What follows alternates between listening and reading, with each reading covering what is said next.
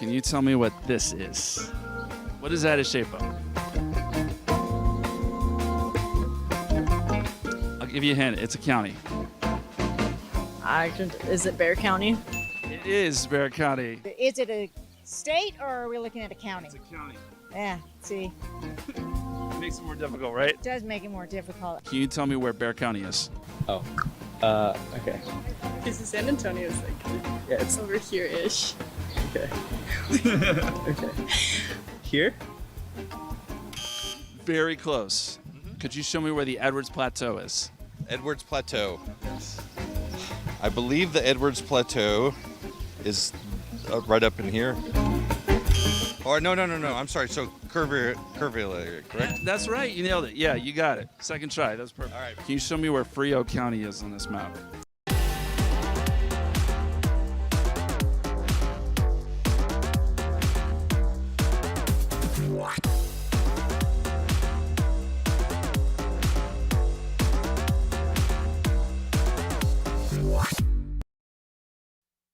Live from KSAT 12, the 6 o'clock news starts right now. The people of Bexar County have decided Propositions A and B are moving forward. So now that a downtown Spurs arena and expanded rodeo are one step closer to becoming a reality, our Katrina Weber talks with those who will be most impacted by these projects. And our deep dive into Bexar County's crime lab continues. Our Courtney Friedman will show us what's being done to bring down the number of drug seizure cases that are in limbo and which ones are being prioritized. And multiple people, oh, you guys should go on Shark Tank. Ah, okay, whatever. And then you hear it again and again. Well, tonight is their big night. I visited an area family ahead of their appearance on Shark Tank at 9 o'clock tonight. Hear their pitch for the Sharks coming up. And get ready for some weather whiplash, especially over the weekend. We'll talk about the big changes, what it means for your weekend in just a bit. We do begin this hour with some late-breaking news coming into our newsroom just a little over an hour ago. A San Antonio police officer is facing charges tonight. SAPD says Officer Richard Boyle turned himself into the Bexar County Sheriff's Office on a warrant for unlawful installation of a tracking device. We are still working to get more answers on what led up to his arrest. What we do know right now is that Boyle is a 24-year veteran of SAPD. All right, so the results are in and the people have spoken and have decided. Propositions A and B are moving forward. And we're getting a look now at where exactly the votes came from. This is an election map of Bexar County right now. This was for Proposition A, which paves the way for the rodeo expansion at the Freeman Coliseum and the Frost Bank Center. So everywhere you see right here, the green, that is a pro-Prop A area, people in favor of, while everywhere in blue were areas where a majority of people voted against Proposition A. So Prop A ended up passing last night with a final tally of about 56% in favor, 44% oppose. All right, meanwhile, let's take a look at Proposition B. Prop B, of course, is the one that's one of the first big dominoes to fall the Spurs' way in their pursuit of that new downtown arena. Now, this vote was a little closer, coming in at 52% in favor, 48% against. And everywhere you see in green were people that voted in favor of Prop B. Everywhere you see in blue were those that voted against the proposition. All right, so just to be clear on all of that. All right, so the approvals of Prop A and Prop B in last night's election mean that the San Antonio Spurs will be putting down new roots in the downtown area in the years to come. But people who live near their current home, the Frost Bank Center on the east side, wonder what will become of those neighborhoods. Our Katrina Weber shows us why some are worried that it might be game over for economic development there. These walls may not talk, but Spurs pride comes through loud and clear. For more than 2 decades, San Antonio's favorite team has had a home on the city's east side. Now that voters approved the plan known as Project Marvel, they'll be moving downtown. With them leaving the neighborhood, it's sad, Elizabeth Shropshire bought her home near Frost Bank Center soon after the team moved in. She expected a big boom in business. That brought traffic, but it didn't bring the right traffic. It was a lot of times hard getting out of my driveway. I had to just wait. The traffic, though, is money for Kenneth Barnes. Fans have paid to park at his home. I was not really cutting into my hustle. It's just giving me one less hustle. Others are worried about traffic in the future, specifically near a downtown arena. What about the parking? They don't have no parking down there now. People here tell me they still have a lot of questions, both about the exact plans for downtown and for the future of this community. But some say they believe the idea of businesses growing here is all but dead. Trying to develop, and they want to take everything and move it on a different side of town. Brian Cruz, whose shop builds container homes, is a bit more optimistic. The Spurs is one attribute. It doesn't have a strong hold on whether businesses succeed around the East Side area or not. He believes businesses there won't just survive, but thrive. You still have the rodeo that comes through here for traffic. You have Expo Hall. All of it, he says, should add up to a win. Katrina Weber, KSAT 12 News. All right, so we mentioned this is a big win for the Spurs and their supporters, but now a lot of people are asking, when could the new arena be built? The team says it is still in the design phase, and the most recent city timeline had the arena opening in 2032, around the time the Spurs lease on the Frostbank Center ends. But binding agreements still need to be drawn up, and nobody with the Spurs, Bexar County, or the city of San Antonio are giving us any hard dates on when we could expect all of that to be done. Is there any ballpark can give anybody at all? Because the only question our viewers really want to know is when. So when on anything? Well, we're working on that. I mean, the election happened last night, and I'm looking forward to the conversation with the mayor and council. So one of the city's next steps would be to actually acquire the proposed arena site, what had been the former Institute of Texan Cultures building downtown. The property actually belongs to the University of Texas system, and it's expected to cost about $60 million to do that. That's on top of the city's share of the arena construction. Northeast ISD asked voters to approve $495 million in bond money through Propositions A through E. Most of them passed, 2 of them failed. Let's take a look. Proposition A, $400 million in infrastructure upgrades to schools across the district with a focus on HVAC and security improvements. This passed. Proposition B, $53 million in technology upgrades to several campuses across the district, including here at Coker Elementary. This passed. Proposition C, $29 million in renovations to the Blossom Athletic Center that includes the tennis facility, Northeast Baseball Complex, and the Jimmy Littleton Gymnasium. This passed. Proposition D, $9.6 million in upgrades to Heroes and Comalanders stadiums for things like new turf. This failed. Proposition E, $2.3 million in renovations to the Walker and Davis natatoriums. This failed.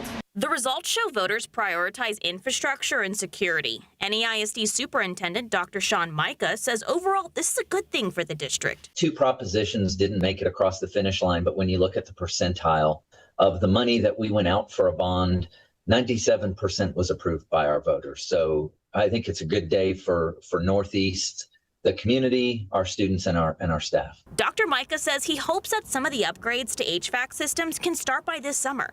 And he says all these bond projects will be completed in the next 4 to 5 years. Props D and E, the ones that didn't pass, I mean, how badly did Heroes and the natatorium need these upgrades? You know, the turf at the stadiums has a life expectancy of 10 years, and we're on year 8.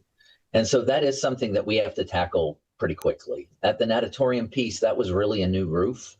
We're going to have to figure those things out, you know, and again, it's so early after the election.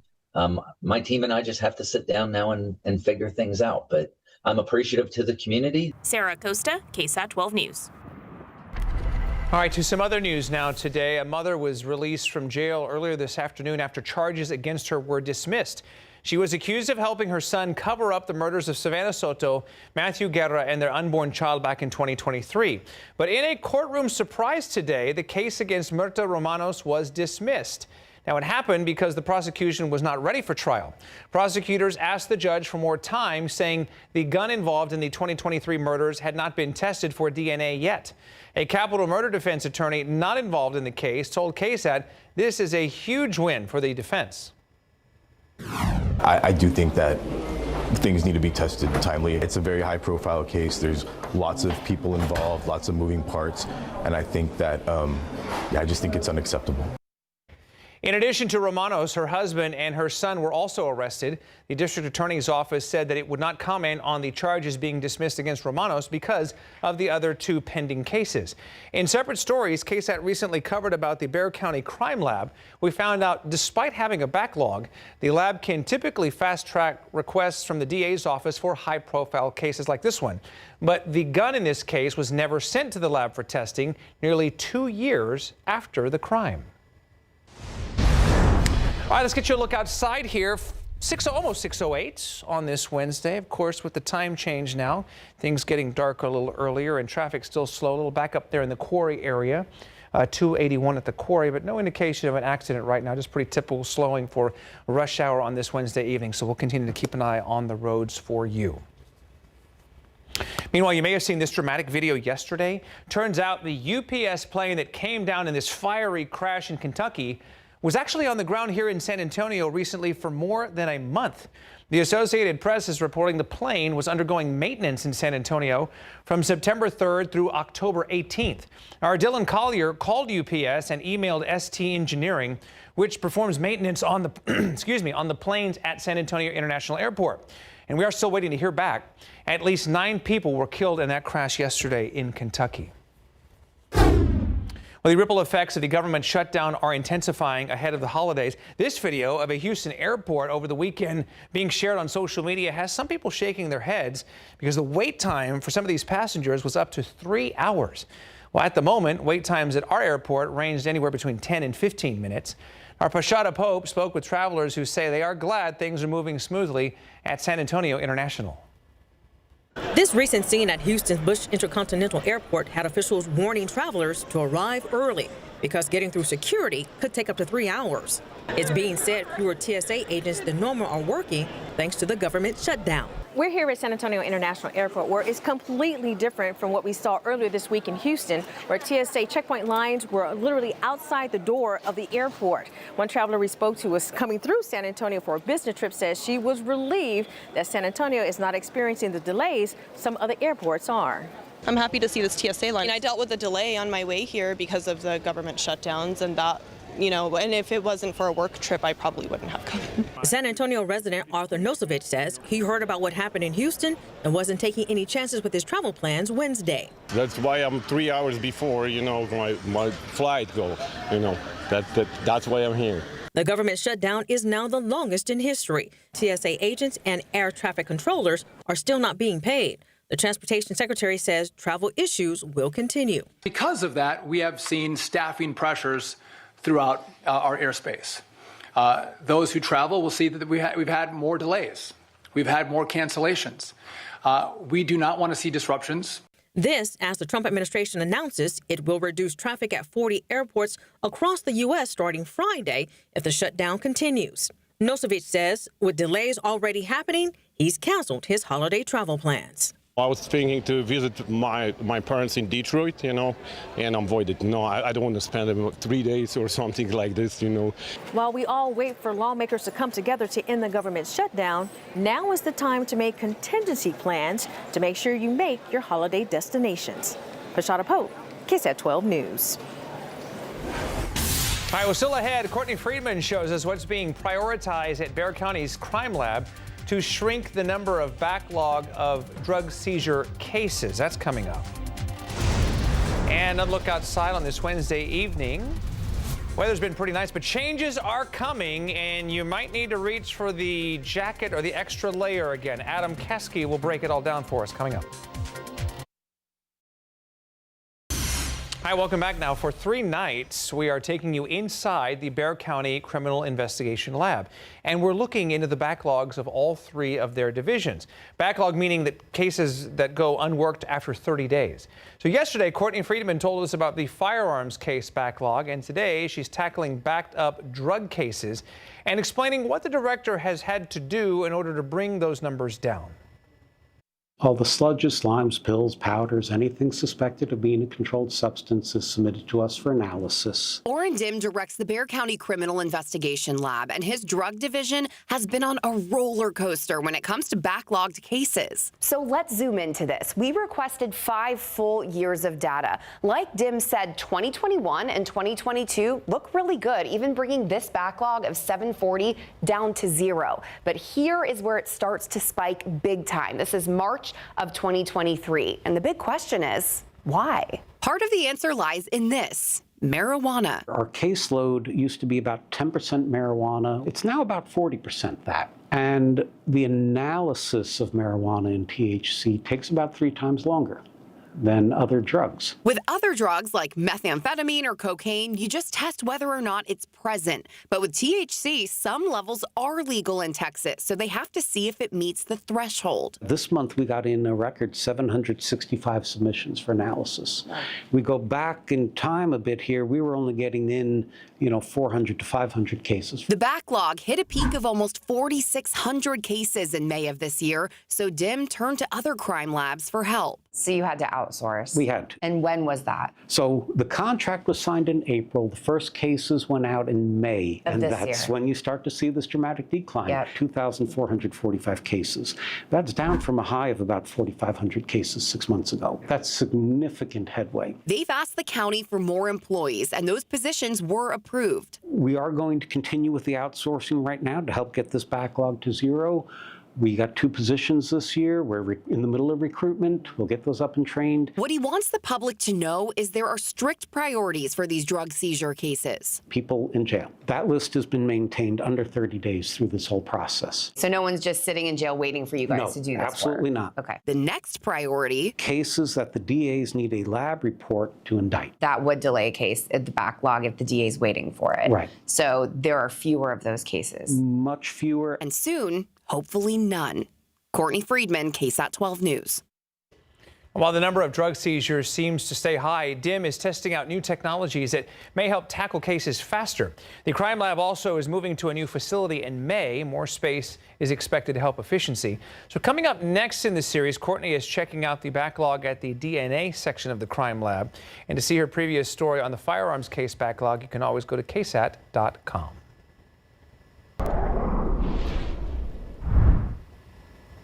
Okay, on to weather now, and sorry, I'm just getting used to this evening shift is what it I is, missed right? Myra. No, she'll be back later. She'll be back later. But nonetheless, some changes are coming in the weather department. Big time changes. Even just early tomorrow morning, another round of fog, and then we have temperature whiplash this upcoming weekend. I want to get you prepared for tomorrow morning.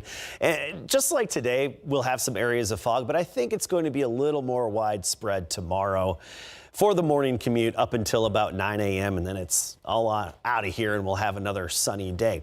Now it's because the humidity is going to be a little bit higher than what it has been Thursday and Friday and even into Saturday, but then notice how the bottom really falls out and our humidity really plunges. I mean, we have really dry air moving in for Sunday and Monday because of our next cold front. Now leading up to it, very spring-like, 83 tomorrow, 86 on Friday, Saturday right near 90 degrees. And I think a good chunk of South Central Texas will hit 90, not necessarily officially in town, but in some outlying areas.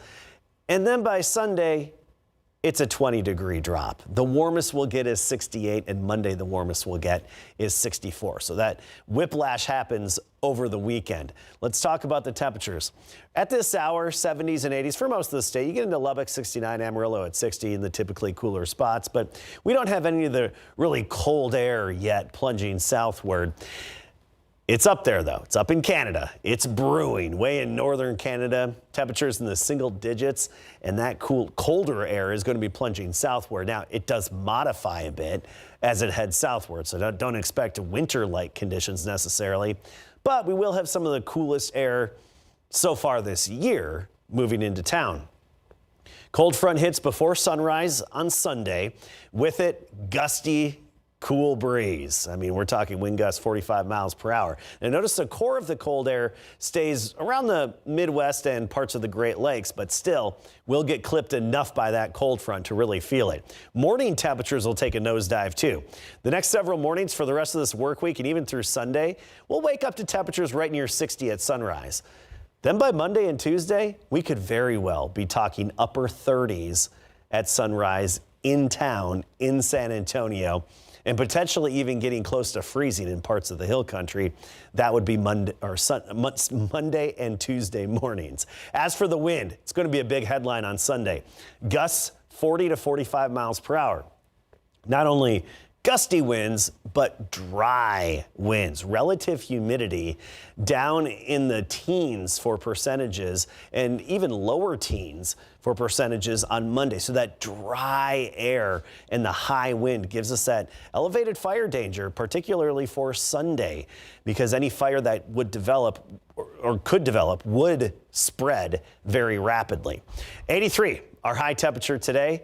That's well above our average high of 75, but shy of the record, which was 91, set back in 2017. Typically this time of year, you have to be at or around 90 to break a record, and Saturday's going to be close. We're almost in that record challenging territory. Right now, 77, but cooling quickly. By 8 o'clock, 71, 10 o'clock, 67, and then temperatures tomorrow morning, about 57, 58 in and around San Antonio. Lower 50s in the hill country, but warming up quickly. By noon, we're at 77, 83 the high temperature. And after a little bit of morning fog, we'll have a lot of sun. Carrizo Springs, Cotulla hitting 90 degrees tomorrow. Get ready for that whiplash in temperatures coming this upcoming weekend. And by the way, we do have the full moon rising right now outside, so take a peek at it. Very good, sir. Okay, thank you for that. All right, on to Larry now. So the Spurs got a win at the Ballot Box yesterday, and now they're trying to get a win in L.A. tonight, if you will. And, yeah, absolutely. And, and Stephon Castle was asked about that, Prop A and Prop B, and he was excited that they both went through. Okay. So he's also excited to face the Lakers tonight, and he's talking about the fact that Wemby wants to bounce back and just the type of defense that the Suns played on Wemby the other night. And in the NFL, the Panthers' Trayvon Merrick is taking home a weekly honor coming up.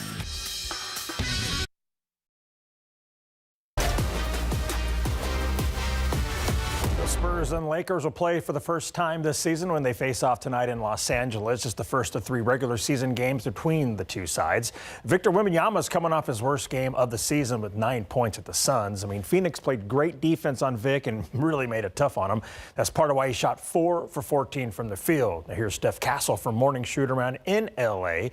discussing how the Suns D'd up Wemby. Not allowing teams to stall him out. I mean, we know teams are not going to guard us regularly for as long as big fella's here. So, I mean, just finding ways to work around that, getting him easier shots, more touches. And then, I mean, yeah, just going back and watching that film from that game, just getting better at our defensive tactics and schemes, and just really putting it all together. You're going to see about 100 different ways that people are going to play you guys. Yeah. I mean, we've talked about it. I mean, we know that that's the case, especially when guys don't want to guard him one-on-one. There's not many teams that have a guy that can guard him one-on-one. So just being able to work around that and then just find the right spacing around it too. The Lakers will host the Spurs tonight at 9 local time. At last check, Fox, Harper, and Cornette are all out. Olynyk, Sohan, and Waters are questionable. The 2 newest members of the Dallas Cowboys defense are now at the Star in Frisco. Yesterday, the boys picked up defensive tackle Quinnen Williams and linebacker Logan Wilson in trades with the Jets and the Bengals. The Cowboys defense is not very good this season. They feel Williams and Wilson make them better. Quinnen was asked if the trade caught him off guard. I definitely was surprised by it. It's unbelievable, though, man, to be able to come to an organization with so much history, so much talent on the team, great ownership, and great group of guys in the locker room, and a great head coach, and the things that they guys are doing here. So I'm super happy to be a part of this. Super happy to be a part of this defensive line group that's super loaded and super talented with Kenny Clark and O and Dante Fowler and Coach Aaron. Man, it's unbelievable to go to work with those guys, and I'm looking forward to it. So I had an idea that it was going to happen. I wasn't sure when it would fully go through, but I kind of woke up this morning, got the call from Zach, my head coach in Cincinnati, and told me that they were sending me here, and went in and said my goodbyes to all the people that poured into me, and I helped pour into them. And so it was a tough goodbye, but it's time for a fresh start, and so I'm excited to be here. Carolina Panthers safety Trayvon Merrick was named the NFC Defensive Player of the Week for games played in Week 9. He's number 7 on the Panthers. The Smithson Valley High School alum recorded 5 tackles, 2 tackles for loss, 2 passes defensed, and an interception return for 36 yards, the longest return of his NFL career in a 16-13 win at Green Bay. Here's how that pick sounded as Trayvon was mic'd up for that game at Lambeau Field. Play action pass. Love takes a shot deep downfield into triple coverage. It's intercepted by Merritt.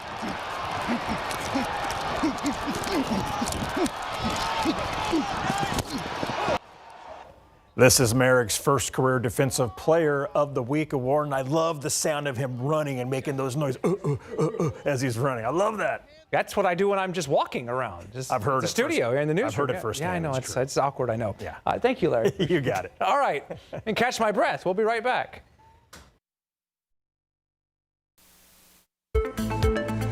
All right, bottom of the hour now, and believe it or not, Wurst Fest kicks off this Friday in New Braunfels. If you've ever been, you know it's all about the music, the sausage, and the beer, but it is rooted in the German heritage of the city. Myra Arthur shares how it all got started in this KSAT Explains.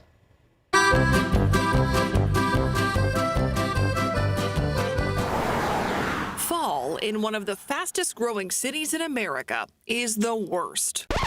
Or rather, it's all about the worst.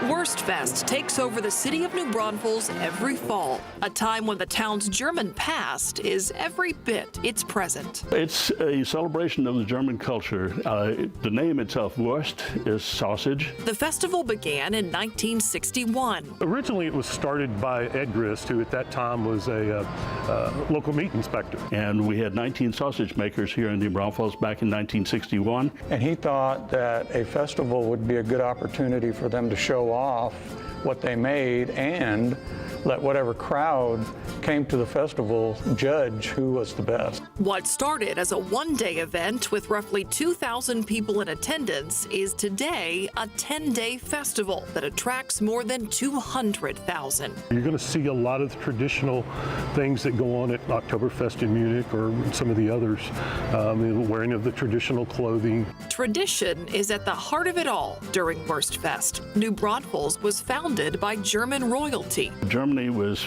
kind of becoming united, and the royalty was losing their tax abilities because they went. The taxes now went to a federal government rather than to the locals, and they were trying to figure out how to continue being wealthy enough to maintain their castles. The plan was to start a colony in the United States.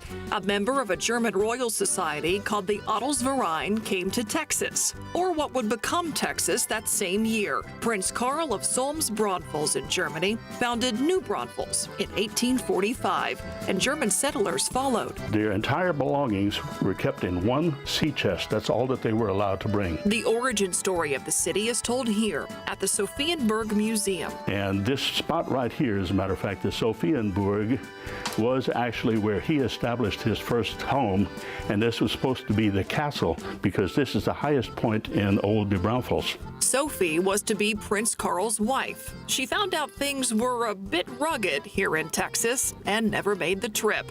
So Prince Karl went back to Germany, but other royalty stayed. How did that German influence grow over the years? How does it lasted this long? Well, we kind of stuck here with our German language because we were mainly all Germans in this town. In World War II, we were no longer allowed to teach German in the high schools, for example, for several years, and the newspaper had to quit printing in German.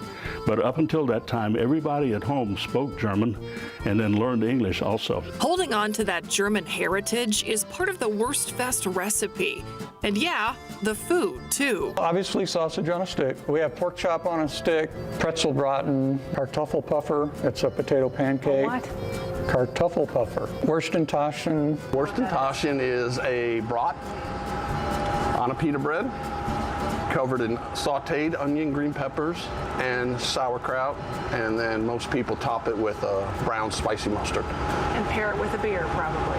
And always pair it with a beer. Bobby Johnson has worked this booth at Wurstfest for 10 years. It can get crazy. I've seen it all. The Downtown Rotary Club is one of the more than 20 nonprofits raising money at Wurstfest. And for many of them, this is their biggest fundraiser of the year. 100% of our money goes back into Comal County. The good that we do for the community and what we give back, it was just another opportunity for giving community service. Members of the Wurstfest Association are called OPAs. In German, Opa means grandpa or grandfather. But some OPAs are, well, lots of chicken dances, lots of fliegerling. More fun than others. I'm Eric Couch, and I am the 2024 Wurstfest Grossa Opa. What is a Grossa Opa? I am the Spaßmeister, the fun master. My job is to make sure everybody's experiencing fun, having a good time, experiencing a little bit of Gemütlichkeit. It's a word we use in German for feeling good. It's kind of like coming together with your family and your friends for an enjoyable afternoon. Wurstfest takes place on the grounds of an old mill in Landa Park. There's the Wurst Hall where people drink and dance, and on the walls, the family crests of each OPA. You know, Zunker and Driebert and Schumann, these are families who've been here a long time. This one up here actually did get a little bit of the fire damage, a couple of these. In 2019, a fire destroyed the building connected to Wurst Hall, the Market Plots. Which is where most of our food vendors are. It was combustible material that had been left close to a light. So this sign was in our original booth that the fire took away. That heat just dissipated throughout that entire thing, and about 6 o'clock on that Friday morning, the whole roof just went up in flames. The next year, COVID hit. 2020 is the only year in the history of this event that Wurstfest hasn't happened. Today, the Market Plots has been rebuilt, and Wurstfest kicks off like it always does. We will pass out the sausage and do an official biting of the sausage to open the festival, as well as a tapping of the keg. Gotta have that. For all the food and the fun, there's a deeper meaning for those who love this festival. It's a time when families and friends and people that hadn't been together just come together. Yeah. And the reason I get a little choked up, I have family that have dispersed. My youngest daughter's out in Utah, my brother's out in New Hampshire, but it's Wurstfest. We're coming in, we're gonna be here. You know, we've gotta be, I mean, it's gotten to be a bigger celebration of family for us than Christmas. So you got me a little emotional because I'm very passionate about that. The fun guy can get emotional too. It's okay. Absolutely, absolutely. It's a homecoming for some, a celebration of heritage for others, and a way to pass down traditions to a new generation. It's a story that needs to be told because many of the children don't understand exactly where New Braunfels came from and what it all means. Oh, fantastic stuff. A reminder, Wurstfest kicks off this Friday, November 7th, and to watch this episode along with the entire library of KSAT Explains, you can scan that QR code there at the bottom of the screen. All right, we'll take a break and be right back. All right, 6:41 now on this Wednesday. An area family is hoping to make a big splash later on tonight on the hit ABC show Shark Tank. The 6 members of the Titzman family will pitch their Medic multi-tool, this is it right here, in the hopes of striking a deal with one of the wealthy TV investors. So essentially, as I demonstrated here, is a giant triangular cotton bandage that doubles as a first aid kit and does a whole lot of other things. So I went to their home in Jourdanton to see the product and their pitch. Hi, I'm Ally, and we're asking for $50,000 for 10% equity. They certainly have the pitch down. Question is, can they close the deal tonight on Shark Tank? You see Shark Tank, it's like a far away thing.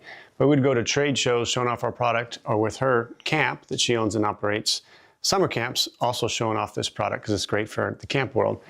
And multiple people, oh, you guys should go on Shark Tank. Ah, okay, whatever. There you hear it again and again. On the kitchen table inside their Jourdanton home, 2 of the Titzman girls demonstrated their invention, the Medic multi-tool. You wrap it around once or twice, go this way, wrap it around here, and go this way, and then you tie a knot just right here, and that'll secure it. But if you don't have enough tails to do that, then you would just... There's a few other ways you could do it.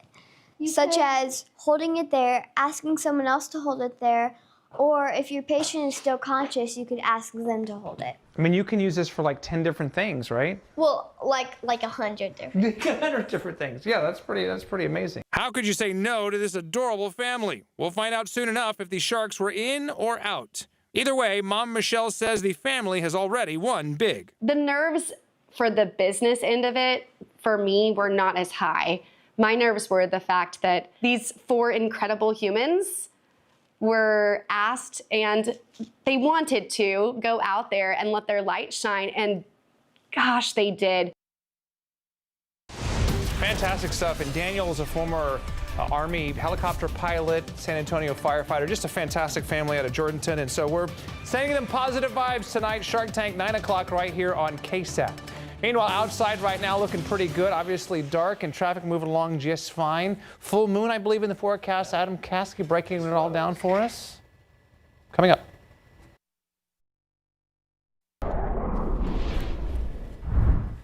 Okay, time to talk weather situation, and weather's not too bad, but we could certainly use some more rain. Oh yeah, we could really use some rain. And you look at the drought monitor, and we did have some improvements. Okay, when it was it's updated every Thursday, and last Thursday it updated with some improvements. We'll have an update by 9 a.m. tomorrow morning. GMSA at 9. We'll have the newest update. But you see the extreme and severe drought across our metro area and a good chunk of South Central Texas. It has been over 1,500 days since all of South Central Texas was drought-free, meaning we didn't have any of the drought categories all across the KSAT 12 viewing area. It's been over 1,500 days. That was back in 2021. It's been a while. Now, we've had some improvements and fluctuations, of course, in parts of our area, but it's been that long since it's been completely not even a color on our map. Upper level high, Big Blue H, dry high, that's still dominating our pattern. Actually, there's a decent little disturbance that's been over the Gulf for a few days. We've been talking about it, creating some showers on the east and north end of it. Ideally, that would drift westward, and often that would happen and move into Texas, but unfortunately, it's being blocked out by that upper level high. Upper level high ruining the rain party for us. It's a bit of a fuddy-duddy when it comes to rain. I love that word, fuddy-duddy, by the way. Anyway, looking at the rain, it's all offshore. Good rain over the Gulf, just not here over Texas. It's basically in the northern corners of the lower 48 where we have the best precipitation and rainfall potential.